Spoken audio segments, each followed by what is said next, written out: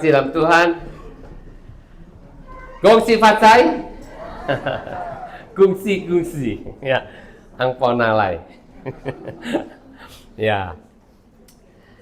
Bapak, Ibu, Saudara, kita di sini minggu lalu itu dapat sedikit masalah selama 11 hari. Hanya gara-gara seekor kucing. Kenapa kucing bisa bikin masalah di gereja? Karena dia masuk ke sini, masuk ke kot itu dalam tempatnya sound system, dan dia masuk di bawah mimbar ini. Dan kita nggak bisa masuk ke dalam mimbar ini. Bawah panggung ini nggak bisa. Dan kita takut dia di bawah, itu pertama BAB di bawah, ya itu yang kita takutkan. Kedua, karena dia hamil. Jadi kita takut dia beranak pinak di bawah. Dan yang ketiga, kita takut dia mati di bawah. Karena nggak ada air dan nggak ada makanan. Dan kucing itu kita pancing untuk keluar sulit sekali. Akhirnya terpaksa saya pasang CCTV khusus di sana. Tuh, masih terpasang sampai sekarang. Di bawah kakinya drum. Saya arahkan ke sana. Saya pakai moving sensor. Supaya kalau dia keluar, kasih isyarat ke saya. Supaya saya tahu saya bisa tangkap. Tapi tidak pernah berhasil. Sampai akhirnya saya pasang perangkap di situ. Supaya kalau dia sudah keluar, pintunya nutup, nggak bisa masuk lagi. Ternyata dia masih bisa masuk lagi. Ternyata tenaganya kuat juga. Saya habis akal, gimana ini ya? Akhirnya kita pancing dengan makanan. Mungkin dia karena sudah kelaparan, akhirnya dia keluar. Waktu dia keluar, saya kebetulan belum tidur. Jam sekitar setengah 12 malam. Waduh, saya pelan-pelan masuk. Itu karet yang buat perangkapnya saya sudah tambahin satu lagi. Dan ketika dia lihat saya buka pintu itu, dia cepat-cepat mau masuk ke sana. Dan karena mungkin grogi, nggak bisa masuk dia. Wah, dia gedor-gedor, dia berusaha masuk ke lubang yang ada di sana. Ya, saya kejar. Istri saya turun, Diana turun. Mana Diana? Ya. Dan kami kejar kucing itu. Setelah 11 hari. Dia sempat BAB di sini. Ya, sempat BAB di sana. Ya aduh, baunya. Saudara bisa bayangkan? Dan ketika kita kejar, dia lari-lari akhirnya masuk di bawah meja sound system. Dan dia, kita cari, kita bingung kemana tiba-tiba hilang. Dia bisa diam di kakinya kursi bagian atas yang biasanya buat kaki nangkring gitu ya. Nah, dia bisa diam aja. Jadi kita kebingungan kemana dia hilang. Dan ketika dia ada, kita berusaha sodok pakai kayu. Dia diam aja di situ, nggak mau turun. Saya bingung gimana nih ya. Abed pernah coba tangkap di cakar. Ya, Abed tangannya ke cakar. Dan tiba-tiba Diana pus. Nah, disayang-sayang. Dan akhirnya sama Diana dengan kasih diangkat dan dibawa keluar. Ternyata dengan kasih bisa, dengan kekerasan nggak pernah berhasil. Bersyukur dia sudah keluar dan tidak mati dan tidak punya anak di bawah. Dan rupanya tidak ini juga, tidak beranak juga, karena saya tidak pernah dengar ada yang ngeong-ngeong ya. Nggak tahu juga kalau udah mati dua, saya juga nggak tahu, karena kita nggak bisa lihat, lubangnya kecil segini ya. Jadi kalau saudara yang tugas, jangan sampai ada kucing dibiarkan masuk ke sini ya. Jadi bikin masalah besar buat kita. Oke, hari ini kita akan baca firman Tuhan sama-sama dari Markus pasal yang keempat. Dan apa yang kita baca hari ini, itu saya rasa cocok sekali dengan kondisi negara kita saat ini. Di mana kita lihat di HP saya, itu sering sekali masuk Berita-berita tentang badai, tentang banjir, tentang gelombang yang besar, itu di mana-mana. Bahkan dari kota saya, Malang, saya dapat informasi di jalan utama, itu pohon-pohon pada tumbang. Pohon besar, bukan pohon kecil. Di jalan tol antara Malang, Surabaya terendam air. Kemudian saya baca juga ada yang masuk dengan videonya, Kelapa Gading penuh dengan air. Mungkin Pak Yo tahu ya, Kelapa Gading penuh dengan air. Banjir di mana-mana. Kalimantan sampai masuk ke dalam pokok doa para pendeta. Doakan Kalimantan. Beberapa kota berhari-hari air sedada. Saudara mungkin banyak terima videonya ya yang di Kalimantan itu. Sampai orang-orang jual gorengan di atas drum pakai kompor di sana, katanya banjir membawa berkat, ya bawa berkat buat dia, buat yang lain sengsara semuanya. Rumah semua terendam. Dieng, tempat saya kemarin ini liburan, Bu Siti dan Pak Setiadi, itu longsor sehingga air terjunnya itu isinya lumpur semuanya. Tempat-tempat yang begitu indah jadi rusak semuanya. Dan banyak lagi tempat-tempat yang lain di Jawa Tengah, banyak pohon-pohon besar tumbang. Jadi ini kalau kita baca cocok sekali buat kita. Kita akan baca sama-sama. Kita bersyukur ya, kejadian-kejadian itu bukan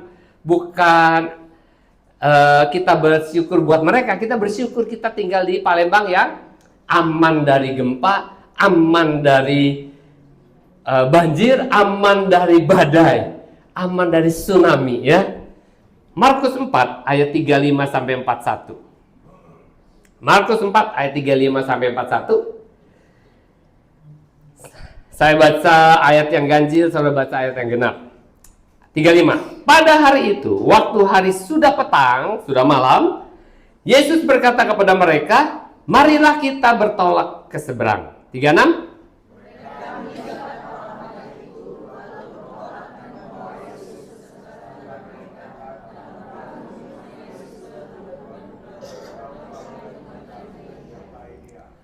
Lalu mengamuklah badai yang sangat dahsyat, dan ombak menyembur masuk ke dalam perahu, sehingga perahu itu mulai penuh dengan air. 38.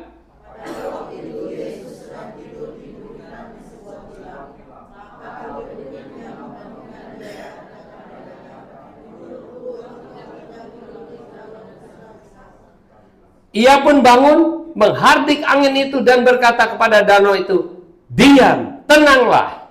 Lalu angin itu reda dan danau itu menjadi teduh sekali. 40.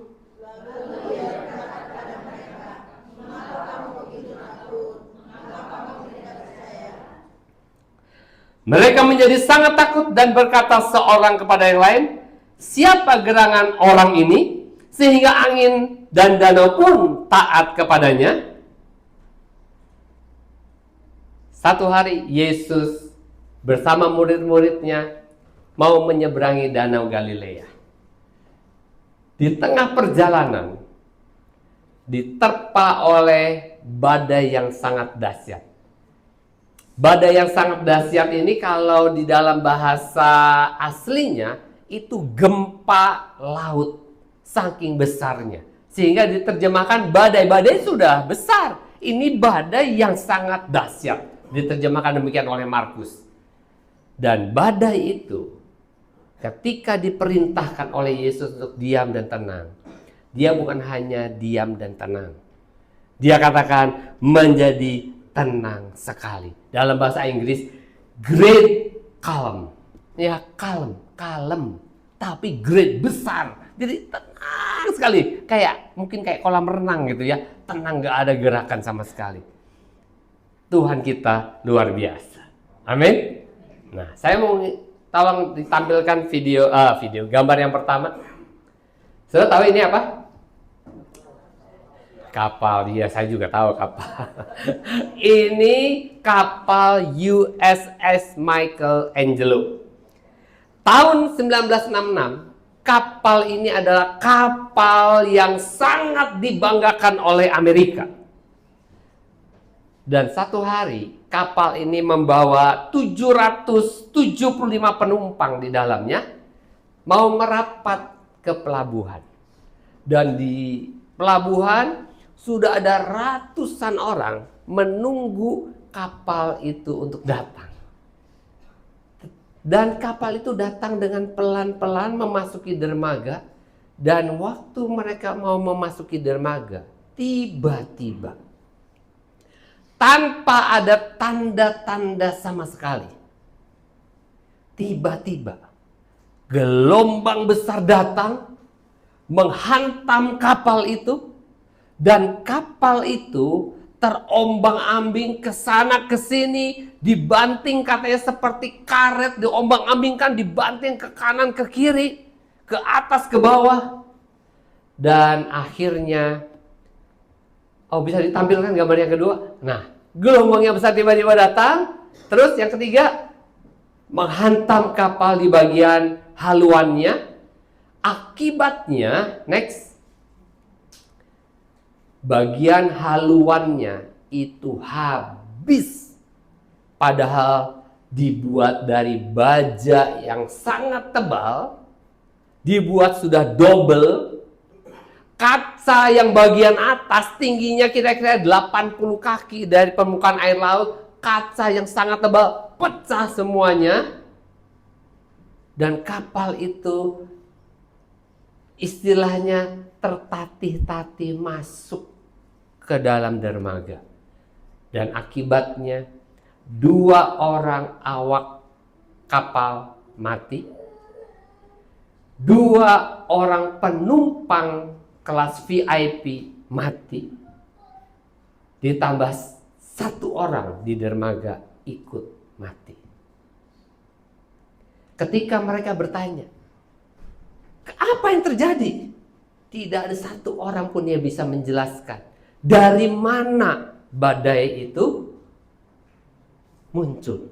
Gak ada tanda-tanda sama sekali. Dan ketika saya baca cerita ini, saya percaya saudara juga setuju sama saya.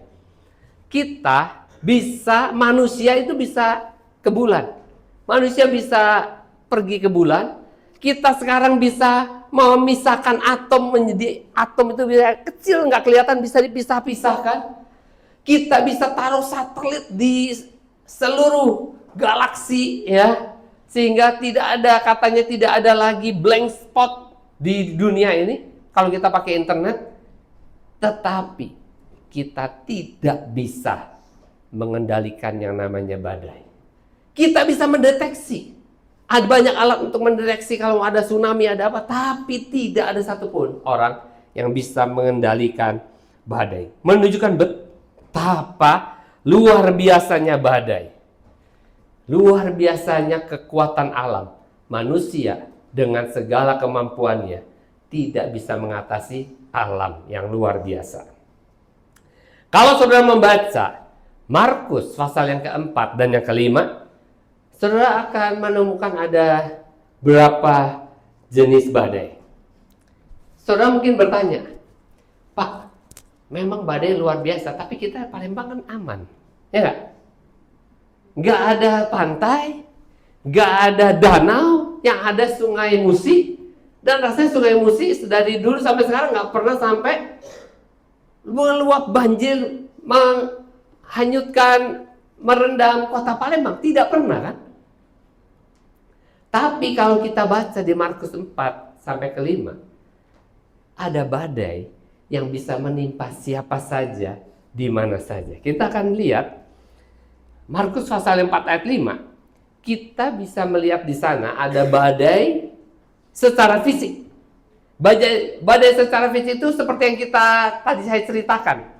Di Kota Malang, di Kalimantan, di mana-mana, ya, bisa menumbangkan banyak pohon, jalan tol terendam air, ya. Dan tidak ada yang bisa mengatasinya kecuali kalau Tuhan yang mengatasinya. Seperti ayat yang tadi kita baca, perikop yang kita baca tadi. Tuhan kuasanya itu melampaui kekuatan Allah. Kenapa?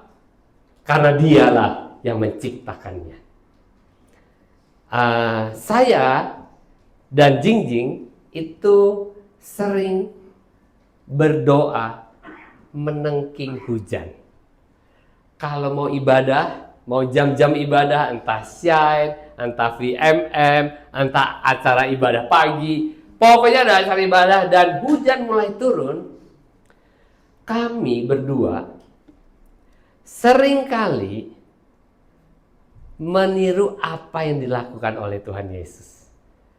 Dan kami tengking, kami perintahkan supaya hujan pindah ke luar dari kota Palembang, sehingga orang-orang tidak terhalang untuk datang beribadah. Memang tidak selalu berhasil, tapi kalau 4 dari 5 kali kita usir dan berhasil, artinya lumayan. Betul? Dan kalau hujan mulai turun sebelum ibadah, ada satu orang, saya lupa siapa, pernah komentar, ini pasti Tante Jingjing sama Om Andrew ini sedang tengking-tengking hujan sekarang katanya. Dan memang betul. Kita selalu berusaha meniru apa yang Yesus lakukan. Karena tujuan hidup kita adalah menjadi serupa dengan Dia. Dan kita berusaha melakukan apa yang Yesus lakukan. Karena kita tahu tidak ada yang mustahil bagi orang yang percaya. Dan di dalam kita ini ada Roh Yesus yang sama, yang pernah memerintahkan supaya angin dan badai untuk berhenti. Ya. Dan kalau kita baca di Markus pasal yang kelima, itu ada badai yang menimpa seorang laki-laki sehingga dia kerasukan setan. Dan setannya belum diusir, Yesus datang, setannya sudah minta ampun supaya jangan diperintahkan masuk ke dalam neraka. Dan saya sekali lagi mau mengatakan bahwa kuasa Tuhan kita itu melampaui semua kuasa dari roh jahat dan iblis serta penguasa-penguasa di udara. Kuasanya melampaui semuanya. Dan itu semua akan dibahas minggu depan. Dan yang ketiga, masih di Markus pasal yang kelima, ada badai sakit penyakit yang bisa menimpa semua orang. Termasuk yang ada di Markus pasal yang kelima. Ada wanita yang sudah 12 tahun pendarahan, sudah mencoba segala macam bentuk pengobatan, tetapi tidak pernah mengalami kesembuhan, bahkan penyakitnya semakin parah. Tetapi sekali lagi, kuasa Tuhan melampaui semua kuasa dari sakit penyakit, sehingga Dia bisa menyembuhkan wanita yang sakit. Saya sangat percaya bahwa kita bisa menyembuhkan orang sakit. Tuhan berkata, tanda-tanda ini akan menyertai orang-orang yang percaya. Mereka akan meletakkan tangannya atas orang sakit dan orang sakit akan disembuhkan. Memang saya tidak selalu bisa berhasil menyembuhkan orang sakit secara supranatural. Tetapi karena saya percaya kepada ayat ini, saya terus melakukannya. Beberapa kali mujizat terjadi. Memang lebih sering tidak terjadi, tetapi saya tetap percaya. Dan karena saya percaya, saya melakukannya.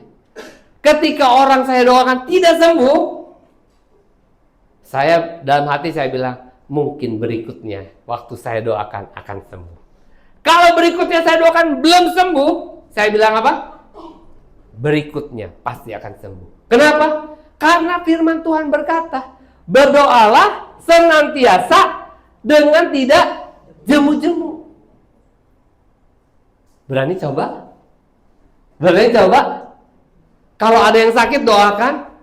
Bukan doakan Tuhan supaya dokter obat-obat menyembuhkan, tapi supaya sembuh. Karena Tuhan perintahkan, sembuhkanlah orang sakit.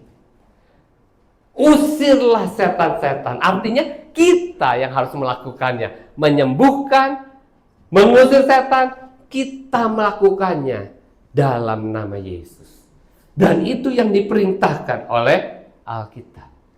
Dan yang keempat, di Markus pasal yang kelima, ada yang namanya badai kematian. Artinya setiap kita bisa mati kapan saja. Di dalam Markus pasal kelima, seorang anak perempuan umur 12 tahun. Dia mati ketika bapaknya sedang datang kepada Tuhan Yesus. Mohon supaya disembuhkan anaknya. Sedang dia minta, keluarganya datang bilang, tidak usah menyusahkan guru karena anakmu sudah mati. 12 tahun. Kalau anak 12 tahun sudah bisa mati, apakah kita bisa mati? Dalam umur yang lebih dari 12 tahun, kita bisa mati juga. Tetapi sekali lagi, saya mau beritahu, kuasa Tuhan melampaui dari kuasa kematian.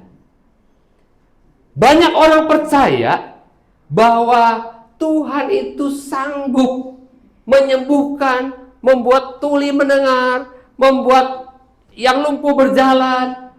Tapi banyak orang tidak percaya bahwa Tuhan sanggup membangkitkan orang mati. Tapi kalau kita baca Markus 4 dan Markus pasal yang kelima, semua kisah yang ditulis di sini, kisah mujizat yang ditulis secara progresif, suksesif, ya, itu ditulis semuanya, tujuannya satu, alasannya satu. Supaya kita semua bisa melihat demonstrasi kuasa Tuhan yang luar biasa.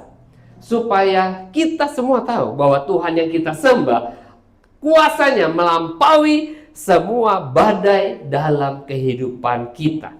Dan sampai hari ini, Dia tidak pernah berubah. Yesus itu beyond the limit. Itu tema kita bulan ini, beyond the limit. Dia melampaui semua batas-batas yang kita pikir tidak bisa. Tidak ada yang mustahil bagi Tuhan. Dan hari ini kita belajar bahwa Tuhan bukan hanya bisa melakukan mujizat atas manusia, buta melihat, tuli mendengar, lumpuh berjalan, tapi Tuhan kita, Dia punya kuasa yang sangat besar atas alam semesta. Di Alkitab ditulis, air Dia ubah jadi anggur. Di Alkitab ditulis, Yesus berjalan di atas air. Ketika murid-murid sedang ada di atas kapal, diterpa angin sakal, ombak yang itu besar, tetapi Yesus berjalan di atas air. Yang ketiga, 5 roti dan 2 ikan. Dia ubah menjadi cukup untuk 5.000 laki-laki. Dan bukan hanya untuk 5.000 laki-laki, tapi cukup untuk ke-12 muridnya. Disediakan 12 bakul yang mungkin lebih-lebih untuk besok harinya. Semua itu membuktikan bahwa Dia adalah Tuhan atas alam semesta. Dia yang menciptakan alam semesta dan kuasanya melampaui semua alam semesta. Kembali ke Markus pasal yang keempat. Kalau kita lihat, setelah Yesus mengajar orang banyak tentang kerajaan Allah dari ayat 1 sampai ayat 34, Dia mengajar banyak orang tentang kerajaan Allah. Ya, Dia mengajak murid-muridnya untuk pindah ke seberang danau. Kenapa? Karena Alkitab berkata di ayat 35, hari sudah mulai malam. Hari sudah petang, hari sudah malam. Dan seperti kita tahu kalau saudara biasa ikut pelayanan, kalau kita melayani pekerjaan Tuhan, itu ada sukacita yang besar kalau kita melayani Tuhan. Walaupun ada tantangan-tantangan, itu biasa. Tetapi pada akhir pelayanan, ada satu yang pasti terjadi. Apa? Kelelahan, kecapean. Dan sebagai Yesus Tuhan yang jadi manusia, sebagai manusia, Dia juga mengalami hal yang sama. Itulah sebabnya Dia bilang, marilah kita pergi ke seberang. Kenapa? Karena di dalam perjalanan ke seberang, dengan perahu, dia bisa beristirahat. Kesempatan untuk beristirahat. Dan dia mengajak murid-muridnya ke sana.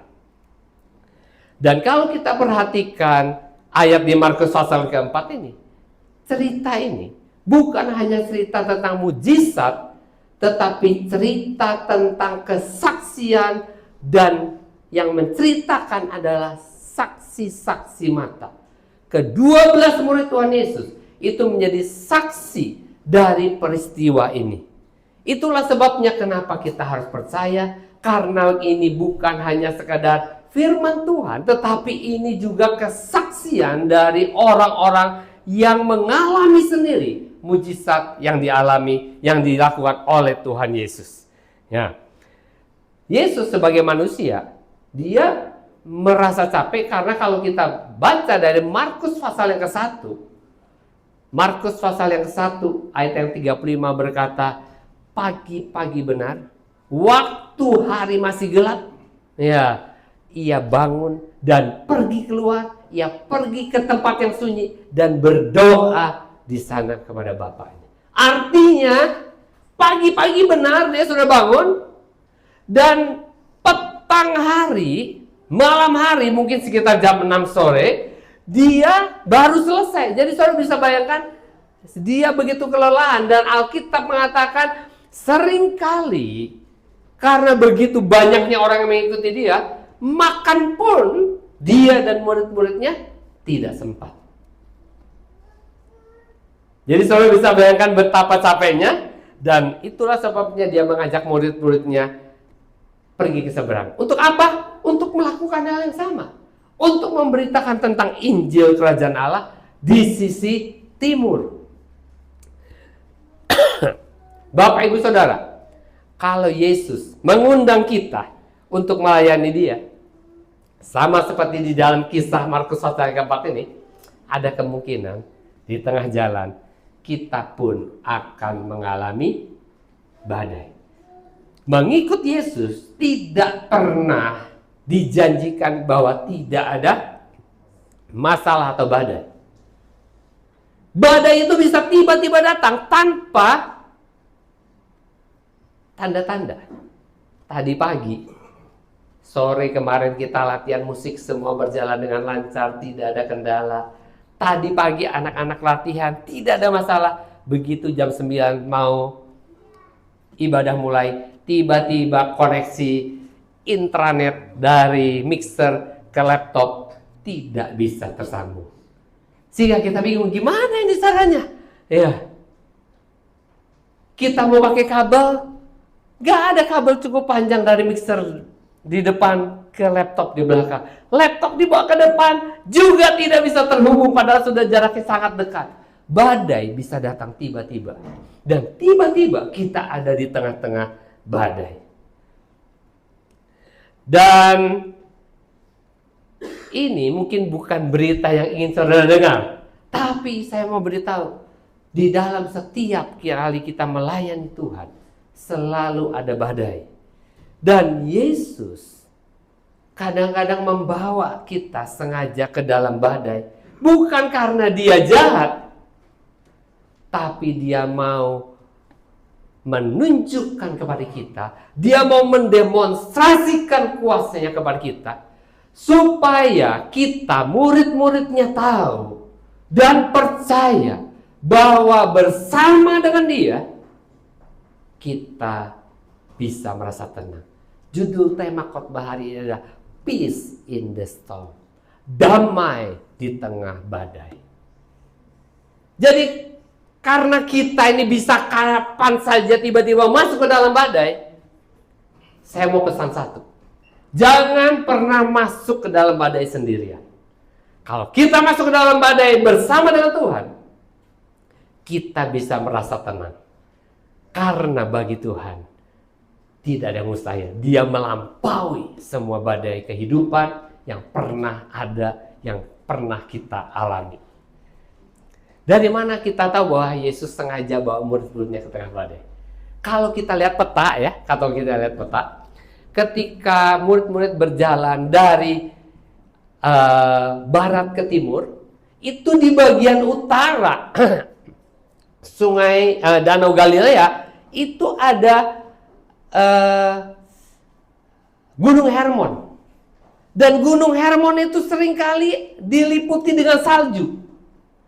Sedangkan di arah tenggara, southeast gitu ya, itu ada gurun pasir yang panas.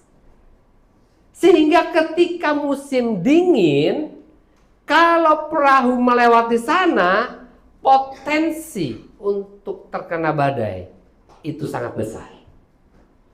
Dan saya percaya Yesus bukan tidak tahu, tetapi Yesus ingin mendemonstrasikan, ingin menunjukkan kepada kita bahwa Dia Tuhan yang mengatasi segala macam alam. Danau Galilea itu panjangnya kira-kira 21 km, lebarnya kira-kira 12 km. Dan dengan kondisi yang selebar itu, potensi untuk badai itu sangat besar. Dan itulah yang badai itulah yang dipakai oleh Matius mengatakan itu gempa laut. Markus pakai istilah badai yang sangat dahsyat. Nah, badai ini bisa timbul tiba-tiba dalam kehidupan kita. Dan ketika badai datang, kita tidak tahu dia datang dari mana. Dia bisa datang dari segala arah. Bisa tiba-tiba ada badai keuangan. Tiba-tiba ada badai dalam keluarga, hubungan suami istri, orang tua dengan anak. Ada badai kesehatan, tiba-tiba kita sakit. Ada badai politik. Ada badai yang bermacam-macam. Yang pasti selama kita hidup akan ada banyak badai. Itu pasti. Pertanyaannya adalah, apa yang harus kita lakukan ketika badai itu datang dalam kehidupan kita? Ada seorang yang bernama Rufus Smith. Rufus Smith ini adalah orang yang hobinya naik roller coaster. Saudara tahu roller coaster? Coba kasih gambarnya. Nah, ini roller coaster ya. Dan dia keliling dunia untuk mencoba semua roller coaster. Dia bilang tidak peduli seberapa besar, seberapa jeleknya, dia mau coba roller coaster itu. Kenapa? Karena dia bilang begini, semua roller coaster, ya dia bilang, semua roller coaster ada batas waktunya. Kalau kita mau naik roller coaster, nggak perlu takut, karena roller coaster itu ada batas waktunya. Tidak selama-lamanya kita ada di atas roller coaster. Pasti ada time limitnya, dan itu yang harus kita ketahui. Supaya ketika kita naik, kita tinggal pencet stopwatch kita, ya kita tahu berapa lama kita akan ada di atas sana. Jadi ketegangan dan kengerian itu ada batasnya. Ya, yang kedua, dia bilang orang-orang yang membuat roller coaster tidak pernah mendesain roller coaster untuk jatuh. Mereka berusaha mendesain sedemikian rupa sehingga aman. Sehingga saudara tinggal pasang pengikatnya, sehingga saudara tidak akan terlempar keluar. Pasang, pastikan erat, pegang pengamannya, maka saudara akan tenang-tenang saja. Jadi ketika dia naik roller coaster, seberapapun hebatnya, dia tahu kengerian itu hanya sementara, dan dia tahu dia aman selama pengamannya dia pasang dengan benar. Sehingga dia bisa menikmati, bukan takut, menikmati roller coaster tersebut. Jadi, saya mau beritahu kepada kita semua, kalau satu hari nanti saudara mengalami badai dalam kehidupan saudara, atau saat ini saudara sedang mengalami badai dalam kehidupan saudara, badai finansial, badai kesehatan, badai hubungan keluarga, ingat, itu hanya sementara. Ada time limitnya. Memang kita tidak memasukinya seperti Rufus yang dengan gembira dia masuk sengaja ke dalam roller coaster mencari ketegangan. Kita tidak dengan gembira masuk dalam badai finansial, tapi saya mau beritahu, badai finansial pun tidak selamanya. Ya. Dan kalau kita ada bersama-sama dengan Yesus di dalam badai itu, maka justru kita akan melihat bagaimana Tuhan dapat menyelesaikan semua badai itu dalam batas waktu yang tidak melampaui kekuatan kita. Terakhir, Yesus berkata di ayat 35 sama murid-muridnya, marilah kita bertolak ke seberang. Apa artinya? Artinya murid-murid semua tahu bahwa mereka ada di dalam rencana Tuhan. Yang kedua, Tuhan Yesus yang memerintahkan, dia adalah kapten kapalnya. Dan karena dia kapten kapalnya, murid-murid dengan pede mereka naik bersama-sama dengan Yesus di atas kapal. Tapi ketika mereka ada di tengah perjalanan, tiba-tiba ada badai yang sangat dahsyat datang menghantam kapal tersebut dan membuat semua murid-murid yang mayoritas adalah nelayan-nelayan itu yang ahli dalam bidang perkapalan, pelayaran, itu menjadi stres dan putus asa. Pertanyaannya, pada saat badai seperti itu, kemanakah si kapten? Kemana si kapten? Ternyata si kapten tidur pulas di buritan. Buritan itu lawannya haluan. Kalau haluan di depan, buritan di belakang. Di mana tempatnya kapten seharusnya ketika badai terjadi? Harusnya dia ada di dek, harusnya dia ada di haluan, tapi saat itu Yesus tidak ada di sana. Kalau kita lihat ilmu pelayaran, ya di angkatan laut, kalau ada seorang kapten, dia tidak ada di tempatnya pada waktu-waktu yang diharuskan dia ada di sana, itu adalah sebuah kejahatan kriminal yang harus dihukum. Ya. Lalu bagaimana dengan Yesus? Yesus, walaupun dia tidur, bukan berarti dia tidak bertanggung jawab. Kalau kita baca cerita ini, saya mau beritahu kepada saudara, sekalipun Yesus tidur, kita akan aman-aman saja. Sekalipun Yesus tidur, asal dia bersama dengan kita bisa merasa damai. Selama dia ada bersama-sama dengan kita. Dia sedang justru mau menunjukkan, mendemonstrasikan kuasanya, supaya murid-murid tahu apapun yang Yesus lakukan, itu untuk kebaikan mereka. Apapun yang saudara alami hari ini, kalau saudara ada di dalam Tuhan, semuanya untuk kebaikan saudara. Saudara justru akan melihat mujizat yang besar ketika saudara sudah tidak sanggup lagi. Saudara mengerti maksud saya? Ini yang paling akhir. Saya ingin ajak saudara melihat perbandingan antara dua orang yang sama-sama ada di atas kapal dan sama-sama tertidur. Ya. Siapa satunya? Siapa? Yunus, betul. Apa persamaannya Yunus dengan Yesus? Huruf depannya sama-sama Y. Ya betul. Betul. Ya. Tapi persamaannya maksud saya, dua-duanya ada di atas kapal. Dan dua-duanya tertidur nyenyak pada saat ada gelombang badai. Sama. Bedanya apa? dua-duanya menggambarkan, memberi gambaran kepada kita bagaimana seharusnya kita bertindak dan bagaimana seharusnya kita tidak bertindak ketika kita menghadapi badai. Apa bedanya Yesus dengan Yunus?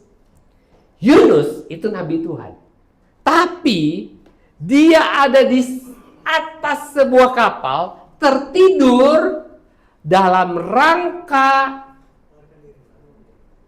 melarikan diri dari panggilan Tuhan, dalam rangka ketidaktaatan kepada Tuhan. Dan Yunus tahu persis kalau dia sedang pergi ke arah yang salah. Yesus, dia ada di atas kapal, dia tertidur, tapi dia bisa beristirahat dengan tenang karena dia tahu dia sedang melakukan misi dari Bapaknya, yaitu memberitakan Injil Kerajaan Allah kepada manusia. Dan waktu dia tertidur, dia tahu bahwa dia sedang berjalan ke arah yang benar. Yunus tahu ketika badai dan dia dibangunkan, Yunus tahu persis supaya badai tenang, apa yang harus dilakukan? Orang harus membuang dia keluar dari kapal. Ya. Beda dengan Yesus. Ketika ada badai, Yesus bangun, dia tahu bahwa kalau orang mau selamat, dia harus tetap ada di dalam kapal bersama-sama dengan Yesus. Saudara, bersama dengan Yesus, kita bisa merasa aman. Kita bisa merasa tenang. Dan ketika badai terjadi, kalau saudara baca, itu tiba-tiba ada seorang murid, mungkin Petrus, dia bangunin Yesus. Dan dia bilang apa? Guru! Dia bilang, engkau tidak peduli kalau kita binasa. Yesus nggak peduli. Aku dan kamu, ya, kita sama-sama binasa, gitu loh. Saya memberitahu kepada kita semua, Yesus waktu dengar itu, dia bilang sama murid-muridnya apa? Mengapa kamu begitu takut? Di mana imanmu? Murid-murid sudah sering sekali lihat mujizat. Dia sering sekali lihat bagaimana Tuhan melakukan mujizat. Tetapi kali ini, Yesus mengajarkan bahwa Yesus berkuasa atas alam semesta. Apa yang tidak mungkin bagi manusia, tidak pernah terlalu sulit buat Tuhan. Tuhan ada di pihak kita. Selama Yesus menjadi kapten kapal, karena hambatan bukan berarti kita akan gagal. Karena ada COVID beberapa tahun yang lalu, bukan berarti usaha kita akan gagal selamanya. Bukan karena kita di PHK, bukan karena krisis, bukan karena harga BBM naik, pajak naik, ekonomi lesu, maka kita akan gagal. Bukan. Bukan berarti karena Yesus tidak ada di dek. Bukan berarti karena dia tidak memegang, tidak ada di haluan. Bukan berarti kita akan gagal. Bukan. Dan bukan berarti bahwa Tuhan tidak bertanggung jawab. Kalau dia membawa kita sampai saat ini, itu karena dia bertanggung jawab atas hidup kita. Dia memang membawa kita melalui sebuah proses. Kadang-kadang kata Daud, sekalipun aku ada di lembah kekelaman, aku tidak takut bahaya, karena gadamu dan tongkatmu menghibur aku. Pastikan kita ada bersama-sama dengan dia. Pastikan tahun ini kita berjalan bersama dia. Kadang-kadang untuk naik, kita perlu lewat lembah yang kelam. Untuk cari jalan supaya kita bisa naik ke atas, untuk bisa level up, kita perlu penyertaan Tuhan. Dan karena dia berkuasa atas alam semesta, artinya dia berkuasa atas segala kekuatan yang luar biasa yang tidak bisa dihadapi oleh manusia, maka kita percaya bersama dengan dia kita akan lakukan perkara-perkara yang besar di tahun ini. Satu pertanyaan yang perlu kita jawab di dalam kesan, kalau nanti saudara kumpul di dalam kesan, pertanyaan yang ditanyakan oleh Yesus kepada murid-muridnya. Mengapa kamu begitu takut? Mengapa kamu tidak percaya? Dalam bahasa Inggris berkata, why are you afraid? Do you still have no faith? Do you still have no faith? Apakah kamu tetap tidak punya iman? Saudara, Dia Tuhan yang mengatasi alam semesta. Dia Tuhan yang sanggup menolong kita semua. Amin. Mari kita datang kepada Tuhan. Tuhan Yesus, terima kasih